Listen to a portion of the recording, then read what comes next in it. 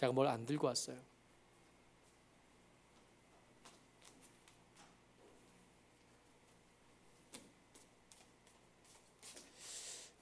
오늘 함께 나눌 말씀의 제목은 장로의 자격입니다.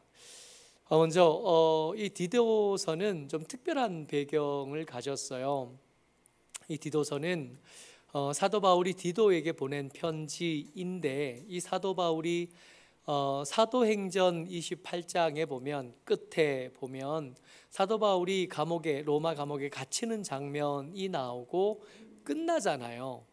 그 뒤에 무슨 일이 있었는가에 대해서는 알 수 있는 자료가 그렇게 많지는 않습니다만은, 그 많지 않은 자료 중에 하나가 디도서이고요, 디모데 전서와 디모데 후서가 되는데, 이 세 성경 중에 디모데 후서는 풀려난 지 한 2년쯤 후에 다시 로마 감옥에 갇혀서 그때 옥중 서신이 되는 거죠. 디모데후서는 다시 로마 감옥에 갇혀서 순교하기 직전에 쓴 성경이 디모데후서라면, 디도서와 디모데전서는 풀려났을 때에 보내진 편지입니다. 그래서 우리가 익히 알고 있는 사도 바울의 전도 여행, 그 이후에 로마행이 4차라면 여기는 5차 전도 여행이라고 할 만한 이야기 속에 들어가 있는 겁니다.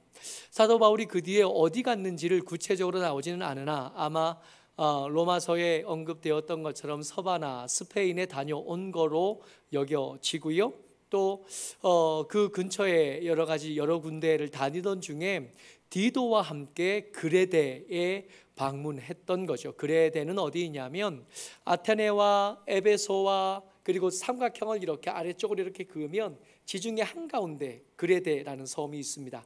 지금도 거기는 굉장히 유명한 관광지가 되는 거죠. 한 번쯤 가볼 수 있으면 좋겠다 싶은, 그림 같은 하얀색 집들 위에 파란색 지붕이 있는 포카리스웨트의 배경화면이 될 뻔한 그런 동네가 거기 있습니다. 그 그레데에 다녀와서 올 때 그레데에 디도는 함께 오지 않고 거기에 남겨두고 바울만 혼자 나온 거예요. 그리고 혼자 나온 뒤에 그레데에 있는 디도에게 편지를 써서 보냈는데, 그 편지가 우리가 지금 읽고 있는 디도서인 겁니다. 이 디도서에는 그 초반부에 오늘 우리가 읽은 말씀 5절에 보면 디도를 그레데에 남겨두고 온 이유가 아주 명확하게 등장을 해요. 5절 다시 한번 읽어봅니다. 시작. 내가 너를 그레데에 남겨둔 이유는 남은 일을 정리하고 내가 명한 대로 각 성의 장로들을 세우게 하려 함이니, 장로를 세우기 위해서, 장로님을 세워서 그 세워진 지 얼마 안 된 교회에서 목회하라고. 여기서 장로 그러면 우리가 지금 요즘에 흔히 쓰는 장로님보다는 목사님으로 바꿔 읽으면 오히려 그 역할과 의미에 더 적당할 것 같습니다. 그지 이렇게 급하게 떠나온 지 얼마 안 된 거거든요. 떠나온 지 얼마 안 됐는데 급하게 또 편지를 쓸 수밖에 없는 사정과 환경이 있었던 거예요. 그레데라는 동네에 사는 사람들 전부 다 그렇다 그러기는 좀 그러나 거의 대부분은 그런 이 그레데 사람들의 특징이 기록되어 있는 거예요. 굉장히 야박하게 기록되어져 있습니다. 어떻게 기록되어 있냐면 1장 12절에 그레데 사람에 대한 바울의 생각, 바울의 평가를 기록한 부분이 등장을 해요. 이것은 말씀에 써 있는 것처럼 그레데인 중에 어떤 선지자가 한 말인데, 사도 바울이 그레데에 다녀오고 나서 이 어떤 선지자의 말에 100% 공감한 겁니다. 가서 경험해 보니까 그레데 사람들은 이런 사람이 꼭 맞아. 그레데 사람은 어떤 사람이었냐면 항상 거짓말쟁이고 악한 짐승이고 배만 위하는 게으름뱅이, 세 가지가 등장했는데 거짓말쟁이고 악하고 배만 위하는 게으름뱅이입니다. 이 세 가지가 성도라면 갖춰야 될 품위와 자격 혹은 삶의 모습하고는 너무 반대되는 모습인 거예요. 하나님의 사람들 진실해야 되잖아요. 근데 이들은 거짓말쟁이인 거예요. 선해야 되잖아요. 악한 거예요. 충성스러워야 되잖아요. 게으른 거예요. 그러니까 하나님의 사람답지 못한 사람들이 그 동네 삽니다. 이게 정말 감사한 거. 와, 나만 그런 게 아니네. 여러분, 디도서를 읽어가다 보면 3장 3절에 보면 우리도 라고 돼 있어요. 이 거짓말쟁이고 악하고 게으름뱅이 있는 사람들이 그레데 사람만 그러냐? 우리도 예수 믿기 전에 사실은 어리석고 순종하지 아니하고 속은 자고 정욕과 행락과 그리고 악독과 투기를 일삼은 자였다라고 고백하는 거예요. 그레데 사람만 그런 게 아니라 유독 바울이 그레데 사람만 더 나쁘다고 말한 게 아니라 사실은 하나님을 모르던 우리, 하나님과 상관없이 살던 우리는 다 이렇게 살아요. 거짓말하고 악하고 게으른데 언제만 예외예요? 자기 배를 위할 때는 예외예요. 자기 이득을 위할 때는 그렇게 부지런하고 그렇게 아득바득한데 뭔가 주변에 도움이 될 만한 일이 있을 때는 그렇게 게으름뱅이에요. 그렇게 인색하고 그렇게 모자란 사람들이. 그러니까 그레데 사람들이 별로 자질이 좋지 않아요. 근데 그레데 사람만 그런 게 아니라 사실은 우리 모두가 다 아멘 맞습니다. 어찌 그렇게 쪽집게처럼 잘하실까 하는 생각이 들 만큼 우리 이야기인 거예요. 이래서 장로를 세워야 됐던 겁니다. 그냥 둬서는 교회가 안 되겠는 거죠. 여러분들과 제가 기억해야 되는 거예요. 우리가 이만큼 신앙생활을 할 수 있게 된 거, 우리가 나름 열심히 했고, 우리가 나름 기도도 많이 했고, 우리가 나름 헌신도 했고, 우리가 나름 애쓰고 절제하고 참고 사랑하고 그렇게 해서 된 게 아니에요. 누군가 우리를 봐줬고 누군가 우리를 용납해 주었고, 그러다가 가슴앓이를 많이 시키면서 여기까지 온 거예요. 그래서 우리는 많이 빚진 사람들입니다. 우리가 여기까지 될 때, 우리가 그렇게 야박하고 모질고 차가운 새가족일 때 우리를 참아준 누군가 있어 줬던 거예요. 교회가 우리를 용납해 줬고 교회가 우리를 불쌍히 여겨줘서 여기까지 올 수 있었던 겁니다. 나라고 다른 거 아니고 우리라고 다른 거 절대로 아닌 거죠. 그래서 이 그레데 교회 이야기를 들으면서 우리 교회 이야기를 이렇게 접목해서 읽어도 하나도 오차가 없어요. 딱 우리 이야기고 우리 교회 이야기고 내 이야기인 겁니다. 이들에게 장로를 세우려고 합니다. 왜요? 봐주고 용납해주고 붙잡아줄 누군가가 필요했던 거예요. 그걸 누구라고 뭐라고 부르려냐 하면 장로라고 불렀던 거죠. 처음에 이 장로는 그냥 우리 요즘 쓰는 장로라기보다는 목회자에 가깝습니다 그랬지만 이렇게 나누고 보니까 굳이 목회자일 것만은 없을 것 같아요. 장로님이실 수 있겠고 권사님이실 수 있겠고 먼저 믿은 모든 사람들일 수 있겠는 거죠. 그들에게 요구되는 책무, 그들이 할 일입니다. 1장 10절이요. 같이요, 시작. 믿은 말씀의 가르침을 그대로 지켜야 하리니 이는 능히 바른 교훈으로 권면하고 거슬러 말하는 자들을 책망하게 하려 함이라. 앞에 많이 있었거든요. 많이 있었는데 그런 자격 조건을 가진 사람을 장로로 뽑아서 이 장로에게 맡기고 싶은 일이 있는데 두 가지가 있는 거예요. 그 첫 번째가 권면입니다. 이 권면은 디도서에서 틈틈이 드러나는 바른 교훈으로 하는 거예요.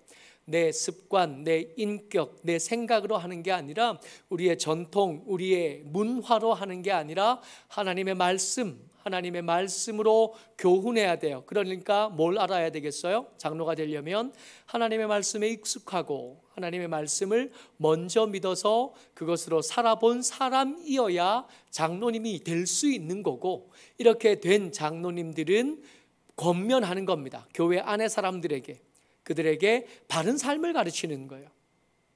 잘 못 배우지만 봐줘가면서 용납해가면서 관용해가면서 그들에게 하나님의 사람이라면 이렇게 살아야 돼 하고 끊임없이 가르치는 겁니다.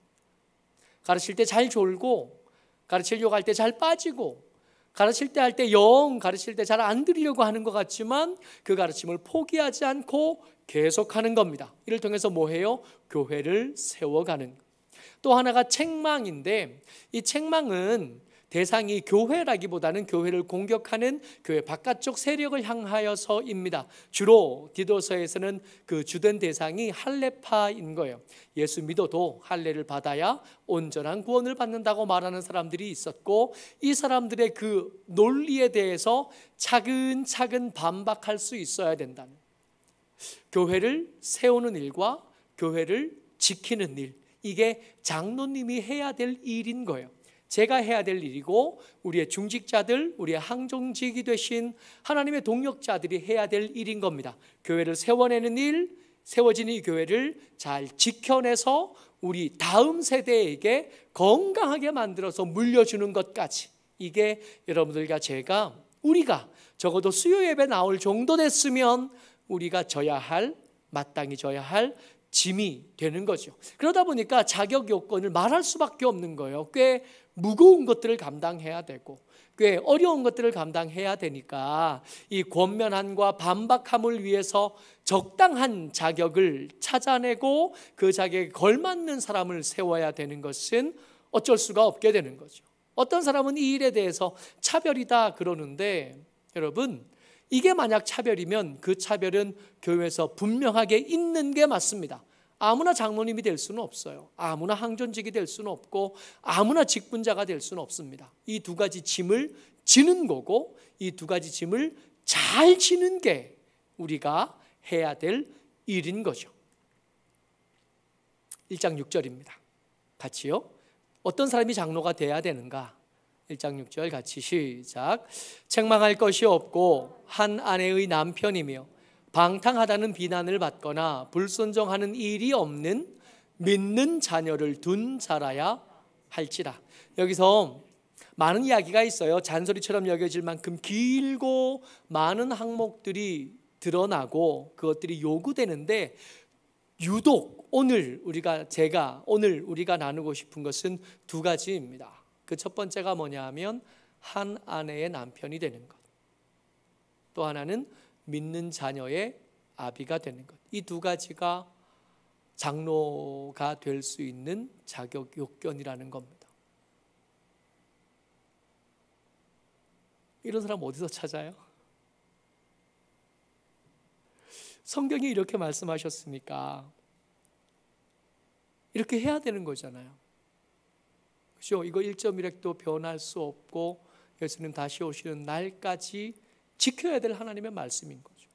다른 수많은 자격은 고사하고 하나님의 남편 되는 것, 그리고 믿는 자녀의 아비가 되는 것, 이게 마음에 걸리는 겁니다.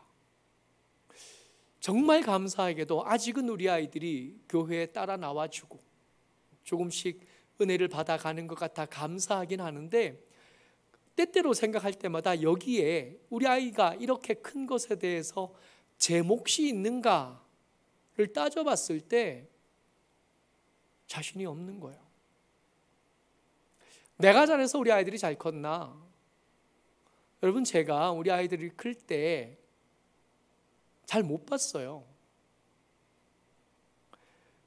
온유가 태어났을 때, 하이가 태어났을 때 저는 부산에서 사역하고 있었고 학교를 천안으로 다녔고 집은 울산에 있었습니다.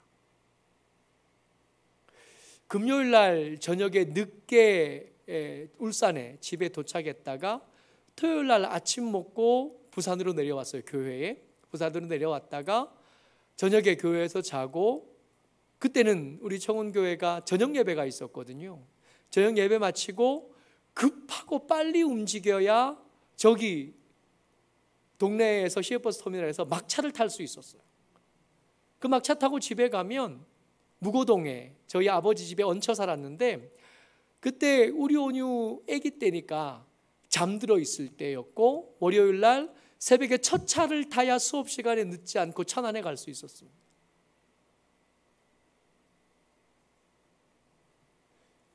우리 첫째 온유, 둘째 하이 자랄 때 되게 예뻤어요. 지금 우리 아버지가 우리 하이 보고 뭐라 그러냐면, 아유, 우리 하이는 어릴 땐 참 예뻤는데 그 얼굴 다 어디 갔나 몰라. 되게 예뻤어요. 근데 그때 잘 못 봤어요, 솔직히 말해서. 계속 따로 있었어요. 계속 학교 다녔어요. 결혼하고 10년 동안 제가 학교 다녔거든요. 계속 주말 부부인데, 주말 부부도 사실은 뭐 사역한다고 바빴으니까. 대전에 있는 7년하고도 한 1개월, 7년하고 한 달쯤 더 대전에 있었는데, 아침에 새벽 예배 때 차량 운행하러 나갔다가 10시 전에 집에 들어간 적이 거의 없어요. 빨간 날이면 수련회 가고 방학이면 더 바쁘고. 아이들이 잘 커져서 고맙기는 한데, 아이들이 잘 크는데 제 지분이 얼마나 있을까 생각했을 때 별로 없다는 걸 제가 알아요. 정말 감사한데 그 감사에는 제 몫이 별로 없는 거죠. 믿는 자의 아비가 된 것, 지금까지는 교회 잘 다녀주니 믿는 자의 아비가 지금은 맞는 것 같으나 여기에 제 몫이 없으니 장로될 자격에 미달일 수밖에 없는. 여러분, 한 아내의 남편 되는 거 제가 결혼한 지 9년쯤 됐을 때예요. 결혼한 지 9년쯤 됐을 때 아이들은 저쪽에서 따로 가서 놀고 있고 TV가 꺼져 있고 TV 앞에 저희 집에 2인용 소파가 있었거든요. 사모하고 둘이 앉아 있었던 거예요. 사모하고 둘이 앉았어요. TV는 꺼졌어요. 아이들은 밖에 있어요. 어색하더라고요.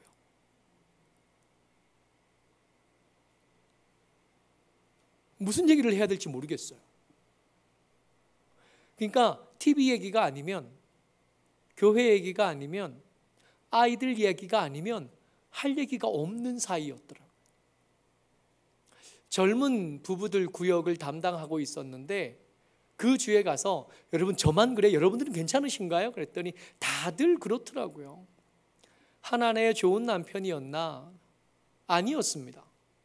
그래서 기도 제목이었어요. 하나님, 제가 결혼을 엄청 힘들게 한 거 하나님 아시잖아요. 제가 이 여자하고 친하게 못 지내면 제 노년이 위태로워집니다. 이 여자가 어떻게든 친해지게 해 주십시오. 결혼한 지 9년 지나서 10년째가 다 됐을 때 그게 기도 제목이었어요. 저 딴에게 기도 제목이 굉장히 좀 우스워 보일 줄 모르지만 저 딴에는 굉장히 심각한 기도 제목이었어요. 노년이 위태로운 거.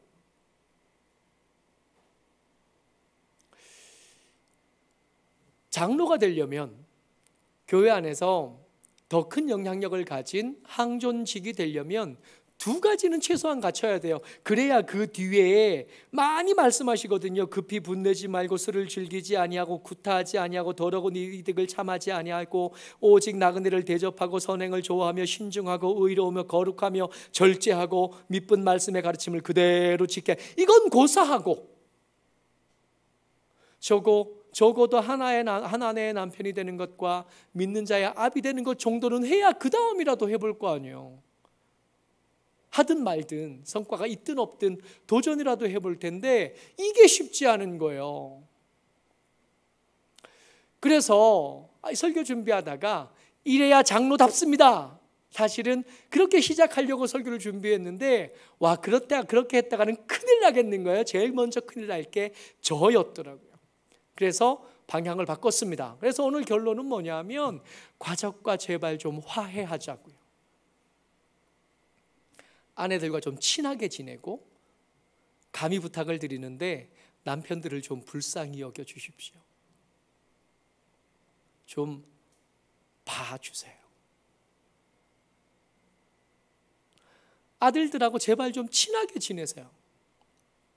맺힌 게 있다면 풀어야 돼요. 그래야 지금까지는 아니었지만 계속 아닌 상태로 있을 수는 없잖아요. 앞으로 어떻게 좀 해봐야 될 거 아니에요. 지금까지 지내온 건 하나님의 은혜라 그러고 앞으로는 어떻게 할 거예요? 그러니까 그냥은 안 되는 거예요.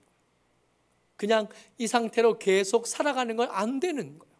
남편과 화해하기, 아내와 화해하고 아들과 딸들과 좀 친하게 지내려고 애를 좀 써보자고요. 저희 아버지가 우리 아이들, 손주들하고 친하게 지내고 싶으셔가지고 지갑을 열심히 열어요. 좀 부담스러울 만큼 그러셔요. 그게 방법인 줄 아셨던 거지. 참 지혜로우셔. 아들한테도 좀 그러면 좋을 텐데. 아들하고도 화해하셔야 될 텐데. 우리가 지금까지는 함량 미달이었지만 이대로 예수님 오실 때까지 그냥 살 수는 없으니 화해하는 일들이 우리의 기도 제목이어야 되고 우리의 숙제이어야 됩니다. 아내들하고 화해하고 남편들을 좀 봐주시고 그리고 아들과 딸들과 좀 더 친하게 지내기 위해서 뭐라도 좀 해볼 필요가 있습니다.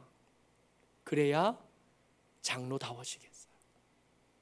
간절한 소망은 우리 교회가 기대하기로는 몇 년 안쪽으로 장로님을 세워야 되는데 이게 숙제예요.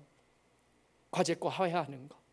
이게 먼저 돼야 그 다음 걸음이 반듯하고 온전할 수 있을 것 같습니다. 그것을 기도 제목 삼아서 함께 기도하는, 그래서 건강한 가정을 세워내는 저와 여러분 되시기를 주의 이름으로 축복합니다. 아멘.